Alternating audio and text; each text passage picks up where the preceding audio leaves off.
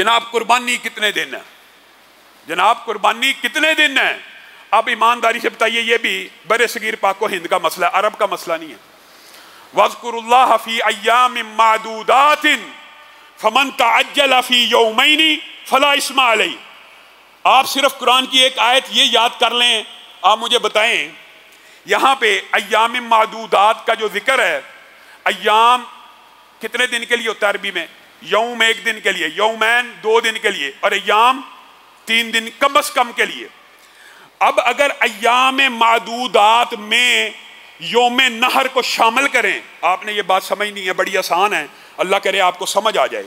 اگر ایام معدودات یعنی 3 کم از کم دنوں میں یوم نہر قربانی کا دن شامل ہے، اگر شامل ہے، فمن تعجل فی یومین فلا اثم علیہ، کبھی کسی حاجی نے 11 کی تاریخ کو منا سے کوچ کیا، کس تاریخ کو کرتا ہے؟ یا 12 کو یا 13 کو۔ کس تاریخ کو؟ یا 12 کو یا 13 کو۔ اس لیے اس قرآن کی آیت سے ثابت ہوتا ہے کہ یہاں پہ اللہ تعالیٰ دنوں کا آغاز 11، 12 اور 13 سے کر رہا ہے، 11 سے شروع کر رہا ہے اور 12 اور 13 کر رہا ہے۔ تو اللہ کہہ رہا ہے جو 2 دن رہنا چاہے 2 دن رہے، 2 دن رہنے سے برا 11، 12 ہے کہ 10 11 ہیں۔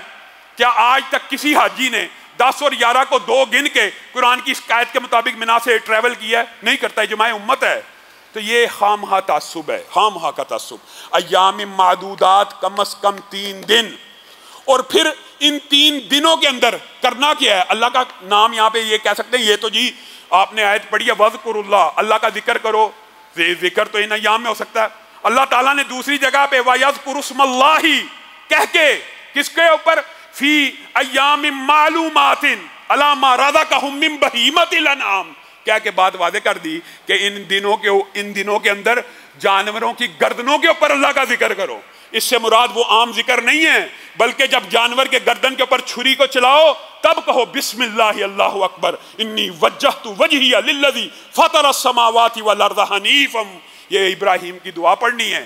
آپ نے جانور کو لٹا کر قربانی اس طرح کرنی ہے کہ چھری کو پوری اچھی طرح حدیث کے مطابق تیز کرنا ہے، جانور کو پہلے نہیں دکھانی، اس کو لٹانا ہے، اس کے اوپر پاؤں کو رکھنا ہے، اور جانور کوشش کریں اپنے ہاتھ سے قربان کیا کریں۔ یہ نہیں کسائی کا کرنا جائز ہے، وکالتاً جانور کو قربان کرنا جائز ہے، لیکن ہماری صحابیات تو ایسی تھی جو جانور کو عورتیں بھی خود ذبح کیا کرتی تھی۔ عورت جانور کو خود ذبح کر سکتی ہے اگر اس کے اندر چھری چلانے کی سخت موجود ہے۔ تو آپ نے بھی یہ دعائیں پڑھ کر حضرت ابراہیم کی دعا یاد کر کے جانور کے گلے کے اوپر چھری کو چلانا ہے اور اللہ کا نام لینا ہے۔ اور اس دن جانور کے گلے پہ چھری کو چلانے سے زیادہ بہتر عمل اللہ رب العزت کے ہاں کوئی نہیں ہے۔ اللہ رب العزت جو کہا گیا، جو سنا گیا، اس کو سمجھنے کی توفیق عنایت فرمائے۔